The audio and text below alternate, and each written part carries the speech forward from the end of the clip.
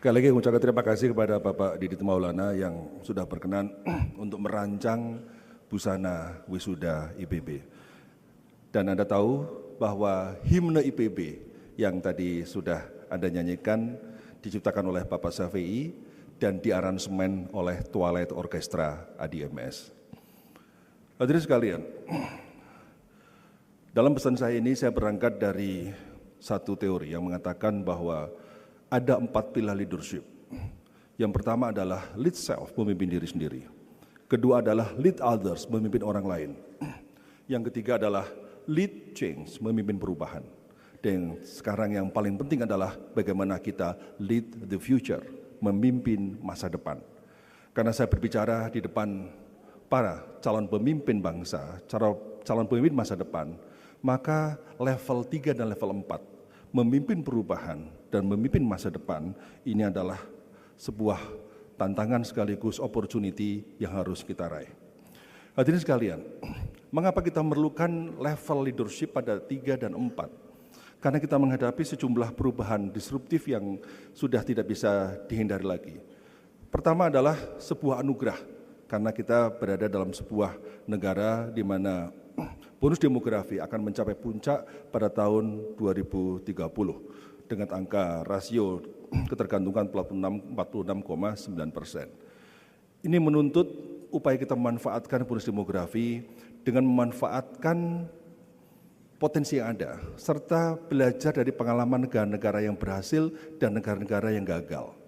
Negara yang berhasil adalah Korea Selatan, yang dicapai pada tahun 87 bonus demografi, pendapatan per kapita masih 3.500, masih jauh di bawah kita hari ini. Cina pada tahun 82 meraih bonus demografi. Jepang pada tahun 55 meraih bonus demografi. Tapi kita tahu Jepang adalah negara yang saat ini sudah memasuki yang disebut sebagai aging society, di mana pada tahun 2050 maka penduduk mayoritas berada di usia 65 tahun ke atas. Kita juga akan mengalami hal yang sama suatu saat. Hal yang kedua adalah perubahan iklim. Perubahan iklim sudah menjadi keniscayaan juga, karena dari perubahan iklimlah setiap kenaikan suhu 1 derajat akan berdampak pada penurunan produksi beras 10-25%. Dan juga sawit akan terdampak dari perubahan iklim, dan bahkan sekarang ada masalah terbaru, bahwa perubahan iklim berdampak kepada kandungan nutrien zat gizi mikro pada tanaman. Jadi kalau saya memakan kangkung dan bayam hari ini, berbeda kandungannya dengan kita makan kangkung bayam pada tahun 70. Penurunan gizi mikro inilah yang saat ini harus segera diantisipasi, dan IPB punya tanggung jawab moral untuk menghasilkan varietas-varietas unggul, bagaimana tetap mempertahankan, mengembalikan kandungan gizi mikro pada setiap varietas yang ada. Kecepatan teknologi sudah menjadi keniscayaan. Teknologi lebih cepat perkembangannya dibandingkan dengan perubahan individu, perubahan bisnis, perubahan public policy. Dan di mana-mana di dunia manapun, public policy selalu lebih lambat daripada kecepatan teknologi. Apa yang dikatakan oleh Bill Gates menjadi menarik, bahwa artificial intelligence ini akan bisa menggantikan fungsi guru, fungsi dokter, dan juga dalam 10 tahun ke depan. Ini saya kira merupakan sebuah tantangan, dan kita harus benar-benar mampu mengantisipasi bagaimana kecepatan perubahan teknologi tersebut. Kehidupan sosial juga semakin berubah, kehidupan pribadi juga semakin berubah. Karena kondisi, kalau dulu televisi itu adalah cembung pada tahun 90, sekarang yang cembung adalah orangnya. Televisinya makin langsing, orangnya makin cembung. Hadirin sekalian, akibat perubahan teknologi inilah, kecepatan teknologi memerlukan skill-skill baru. Bahkan skill-skill yang kita hadapi hari ini berkembang sangat cepat, sehingga dalam 5 tahun ini skill berubah. Relevansi apa yang kita dapatkan dalam perkuliahan, setelah kita lulus, sekarang tinggal 60% yang relevan. 40% sudah nggak relevan lagi. 2030 barangkali perubahannya bukan 60-40% dalam 5 tahun, bisa jadi sudah 50-50, bisa jadi sudah 60 tahun. 2040 ini tantangan dunia pendidikan sudah semakin besar untuk mengantisipasi dinamika perubahan ini. Inilah kemudian muncul microcredential, sebuah upaya sertifikasi kompetensi yang dikeluarkan oleh perusahaan-perusahaan besar untuk memberikan skill kompetensi sesuai dengan yang kita harapkan. Google misalnya, Google dengan Google Career Certificate, dia melakukan upaya sertifikasi untuk menghasilkan sebuah lulusan 6 bulan yang sesuai dengan kualifikasi bekerja di Google. Begitu pula perusahaan-perusahaan besar lain melakukan hal yang sama. Dan hasil survei di dunia, 88% perusahaan meyakini bahwa sertifikat profesional menjadi dokumen penting dalam lamaran kerja. Untuk itulah dalam 2 tahun terakhir ini IPB sudah memulai. IPB sudah memberikan 8.500 akun gratis kepada seluruh mahasiswa IPB. Untuk apa? Mengambil microcredential yang kemudian bisa disetarakan dengan SKS yang ada di IPB ini. Ini bagian dari apa? Bagian dari upaya kita untuk memberikan layanan kepada mahasiswa, agar mahasiswa semakin relevan dengan perkembangan zaman, agar kompetensi lulusan IPB sesuai dengan apa yang diharapkan oleh dunia kerja. Jadi dengan mengambil 8.500 akun, kita bagi kepada mahasiswa, Anda mengambil ribuan mata kuliah dari berbagai sumber, dari Oracle, dari Google, dari LinkedIn Center, Udemy, kemudian Coursera, dan seterusnya. Dan ini adalah merupakan keniscayaan. Ini bukti apa? Bukti bahwa banyak perusahaan-perusahaan besar yang sekarang lebih memilih mengembangkan kompetensi, mengembangkan kurikulum pendidikannya sendiri dibanding dengan kepercayaan pada perguruan tinggi. Ini adalah tantangan buat kampus, bahwa kampus harus mampu hadir dengan menyiapkan lulusan-lulusan yang memiliki agility yang kuat dalam belajar sehingga lebih beradaptasi terhadap perubahan. Nah, terhadap perubahan-perubahan yang ada ini, saya membuat 4 tipe. Ada orang yang disebut sebagai pemimpin perubahan. Tadi, mampu lead change, pemimpin perubahan. Orang mampu hadir dengan gagasan-gagasan baru, menjadi trendsetter dalam banyak hal. Yang kedua adalah pengikut perubahan. Ini yang paling enak, karena biarkan orang lain memimpin perubahan, kita sebagai follower. Yang ketiga adalah kita sebagai penonton perubahan. Karena kita nggak sanggup mengikuti perubahan, kita cukup jadi penonton. Ada juga yang terakhir adalah penentang perubahan.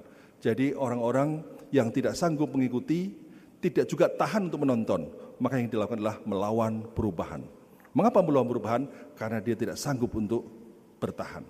Nah, oleh karena itu sekalian, kira-kira apa yang terjadi kalau kita tidak mampu untuk bertahan?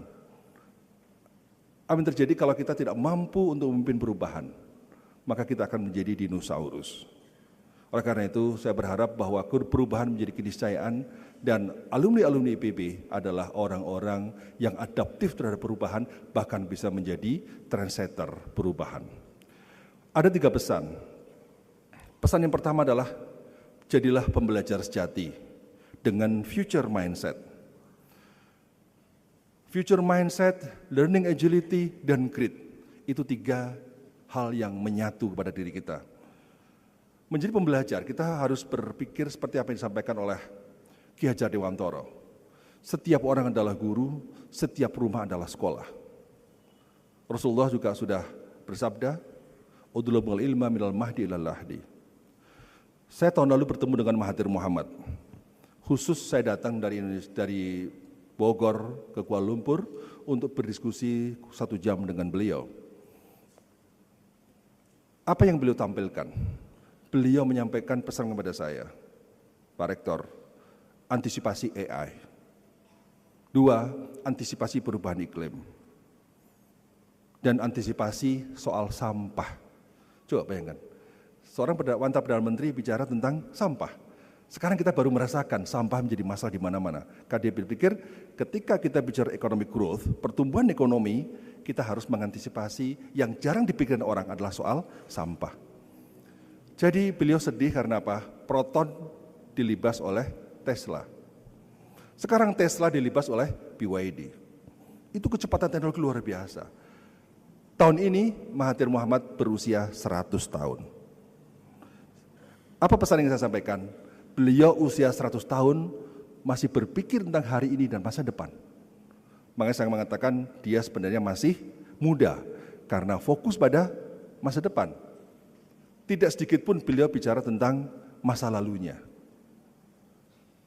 Jadi ada orang kepala 9, kepala 8, 80, 90 bicara tentang masa depan, artinya masih muda. Kalau ada orang kepala 3, kepala 4 bicaranya masa lalu terus, artinya dia sudah tua. Sehingga saya berharap para wisudawan semua selamanya muda. Agar apa? Agar berpikir tentang masa depan dan masa depan. Pak Emil Salim rutin telepon saya. Pak Rektor, ada kejadian ikan bermigrasi di Papua. Apakah itu karena perubahan iklim? Besok lagi telepon lagi. Bagaimana perkembangan AI? Bagaimana perkembangan teknologi terkini? Pak Emil Salim usianya sekarang 95 tahun. Masih berpikir tentang perubahan dan masa depan. Pak Emil Salim dan Mahathir Mohamad adalah dua orang pembelajar sejati. Dia masih terus update terhadap perkembangan dan berusaha survive di tengah perubahan yang ada. Apa yang dikatakan Einstein menjadi relevan. Once you stop learning, you start dying. Sekali kita berhenti belajar, artinya sudah mulai kematian. Kenapa? Karena kita tidak akan mampu mengikuti perkembangan zaman tanpa kemampuan belajar yang baik. Nah, orang-orang pembelajar ini adalah orang-orang yang memiliki mindset yang baik, memiliki future mindset. Apa yang dikatakan oleh Carol Dweck dengan growth mindset dan fixed mindset menjadi relevan. Orang yang memiliki growth mindset yakin bahwa dirinya bisa berubah. Yakin bahwa bakatnya bisa berubah, yakin bahwa IQ-nya bisa berubah, yakin bahwa kebiasaannya bisa berubah. Sehingga orang-orang growth mindset, orang-orang yang optimis. Orang fixed mindset selalu pasrah pada keadaan. Ketika dapat nilai mata kuliah kepala 3, dia mengatakan inilah batas kemampuan saya. Tapi orang-orang growth mindset ketika dapat angka 3, dia mengatakan ini adalah hasil dari belajar saya yang salah. Oleh karena itu saya harus mengganti strategi saya belajar agar saya mendapatkan nilai yang lebih bagus lagi. Inilah perbedaan growth mindset dan fixed mindset. Saya kira dari tiga tipe orang ini, Anda bisa melihat mana yang memiliki sifat growth mindset, mana yang memiliki sifat sebagai fixed mindset. Ada orang yang gagal, mencoba terus. Pada akhirnya dia berhasil. Ada orang yang takut untuk melakukan percobaan. Ada orang yang pesimis terhadap kemampuan dia. Sehingga ada patah yang mengatakan, you only fail when you stop trying. Oleh karena itu saya berharap sekali lagi, alumni IPB adalah orang-orang yang memiliki mindset yang positif, mindset yang baik, yang selalu mengatakan bahwa learning agility ini sebagai faktor untuk membuat kemampuan kita ini menjadi meningkat. Karena orang fixed mindset selalu berpikir tentang garis melengkung, ada batas kemampuan. Orang yang memiliki growth mindset fokus pada garis yang ke atas terus. McKinsey melakukan penelitian di 72 negara bahwa anak-anak yang sukses ternyata SMA, faktor utamanya apa? Mindset. Bukan latar belakang orang tua, bukan latar belakang guru, bukan kondisi sekolah. Banyak alumni IPB yang dari kampung, keluarganya miskin, tapi setelah di IPB sukses. Mengapa dia bisa sampai IPB? Karena mindsetnya, karena optimismenya, dan lain sebagainya. Nah, oleh karena itu sekalian, kita ini perlu belajar dari apa yang saat ini menjadi fakta perbandingan kita dengan negara lain. Seperti Jepang. Ya. Ini fakta di bawah kita sama-sama makan nasi, sama-sama hidup 24 jam, telinga 2, mata 2, kaki 2, tangan 2. GDP per kapita kita 5.000 tahun ini. Jepang saat ini sudah 33.000 atau sekarang sudah 35.000 atau 37.000. Ya. Mengapa berbeda? Faktornya apa? Faktornya adalah willpower, kekuatan kemauan untuk berubah, kemauan untuk maju, kemauan untuk menjadi trendsetter, kemauan untuk terus hadir di masa depan. Dia tidak pernah pasrah. Kemauan inilah yang kemudian diterjemahkan dalam buku yang sangat populer oleh Angela Duckworth berjudul Grit. Grit apa? Kegigihan diiringi oleh passion. Orang yang gigih terus-menerus, kerja keras, itu bisa mengalahkan orang yang berbakat. Orang berbakat tanpa kerja keras, dia tidak akan bisa jadi apa-apa. Orang berbakat tidak kerja keras, tidak akan skillful. Saya punya banyak pengalaman terkait dengan hal tersebut, bahwa satu titik kita nggak berbakat, tapi kita punya kemauan yang besar, willpower yang besar. Kita memiliki kemauan yang kuat, kerja keras, rutin, disiplin, itulah kemudian bisa kita hasilkan. Nah, jadi Bapak sekalian, orang-orang yang terus konsisten, persisten, Ya, dengan langkah-langkah, meskipun langkahnya kecil, itulah yang akan bisa membuat kita ini sukses. Namun harus kita ingat, apa kata-kata John Wooden? Dia mengatakan, ability may take you to the top, but it takes character to keep you there. Kemampuan bisa membawa kita ke puncak, tapi karakterlah yang membuat kita bertahan di puncak. Banyak orang juara olahraga pada tahun sebelum, pada suatu tahun. Kemudian tahun berikutnya, babak pertama sudah kalah. Mengapa? Pada saat dia juara, karena dia kerja keras, soal ability. Tapi mengapa dia gagal pada tahun berikutnya? Soal karakter. Karena strateginya kemudian tidak lagi kuat, latihannya tidak lagi kuat, mindsetnya tidak lagi positif, mentalnya tidak kuat dan sebagainya. Itulah kemudian tidak bisa bertahan di puncak. Oleh karena itu, cara terbaik untuk bertahan di puncak adalah apa? Creating the new top, menciptakan puncak-puncak baru. Sehingga ketika sudah meraih satu puncak, maka raihlah puncak-puncak baru dan ciptakan puncak-puncak baru. Pesan saya yang kedua, fokuslah pada future practice, bukan pada best practice. Apa yang dikatakan oleh Jack Ma menjadi menarik, karena masa depan kompetisi adalah berbasis pada kreativitas, pada imajinasi, bukan pada harta yang kita miliki hari ini, bukan pada berapa pengetahuan yang kita dapatkan, tapi kepada kemampuan kita belajar. Semakin cepat belajar, semakin kreatif kita bisa menghasilkan. Best practice menghasilkan kita menjadi follower, tapi future practice menghasilkan kita menjadi leader. Oleh karena itu, Bapak sekalian, IPB berusaha hadir dengan inovasi-inovasi, dengan future practice, banyak karya-karya kita di lapangan, ya, dan bahkan sekarang kita sudah sukses menaikkan 32% produksi padi di berbagai daerah. Salah satunya adalah di Subang.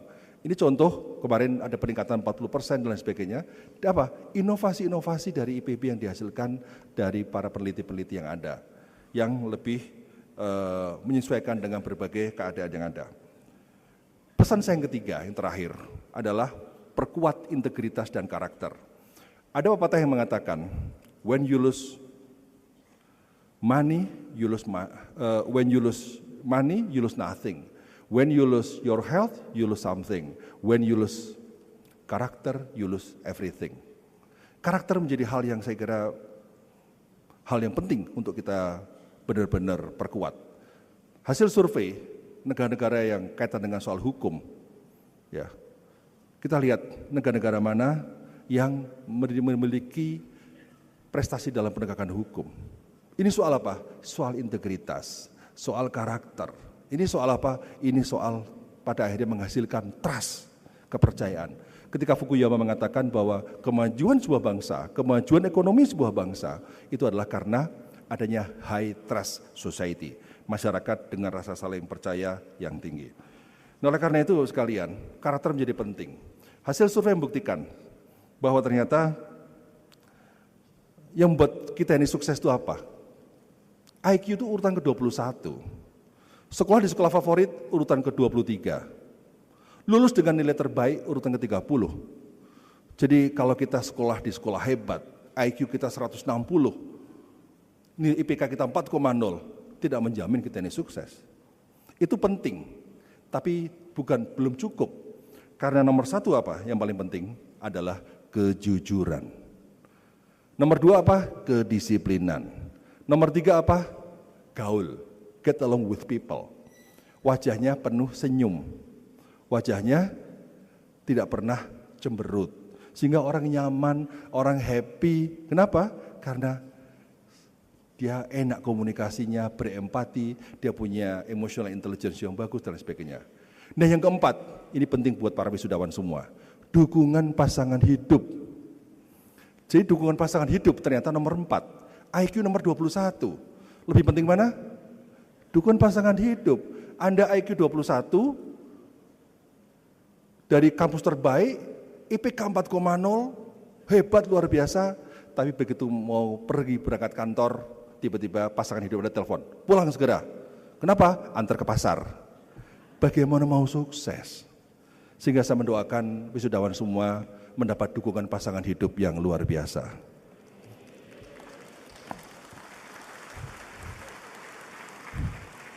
Ini ada pantun nih buat para mahasiswa.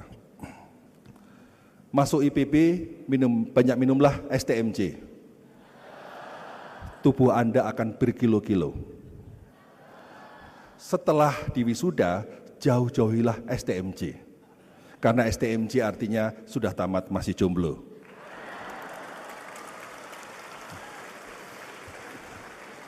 Terus sekalian, apa nomor 5? Nomor 5 adalah kerja lebih keras daripada orang lain. Grit yang kuat. Nomor 6 tadi, kerja keras diiringi oleh mencintai apa yang kita kerjakan. Punya passion yang kuat. Dan yang ketujuh adalah leadership yang kuat. Jadi sekalian, insya Allah IPB akan terus mengawal putra-putrinya.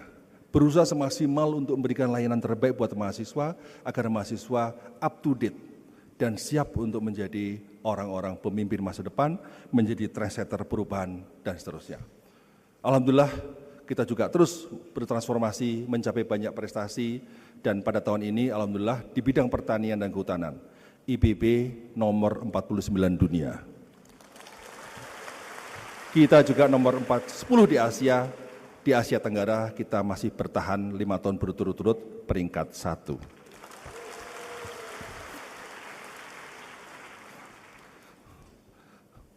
Banyak orang ketika melihat fakta ini, masa sih? Nah, itu ciri orang yang memiliki inferiority complex. Ciri orang yang memiliki rendah diri. Ciri orang yang tidak percaya diri. Oleh karena itu yang kita bangun adalah sekarang pride, kebanggaan. Sebagai alumni IPB, bahwa insya Allah ini lembaga peringatan dunia yang paling berkelas, yang menempatkan kita nomor 1 di Asia Tenggara, dan insya Allah kita akan terus merangkak, sehingga suatu target kita adalah nomor top 20 besar di dunia.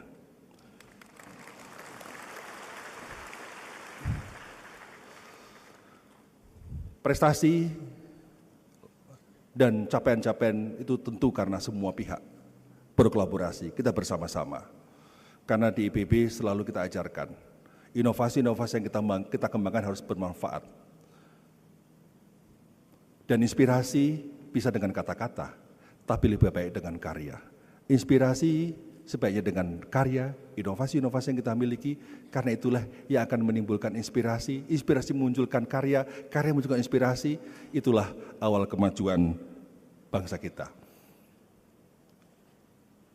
Terakhir, tentu pada kesempatan ini, saya sekali mengucapkan selamat, mengucapkan terima kasih atas kepercayaan untuk bersama kami dalam rangka untuk belajar di IPB.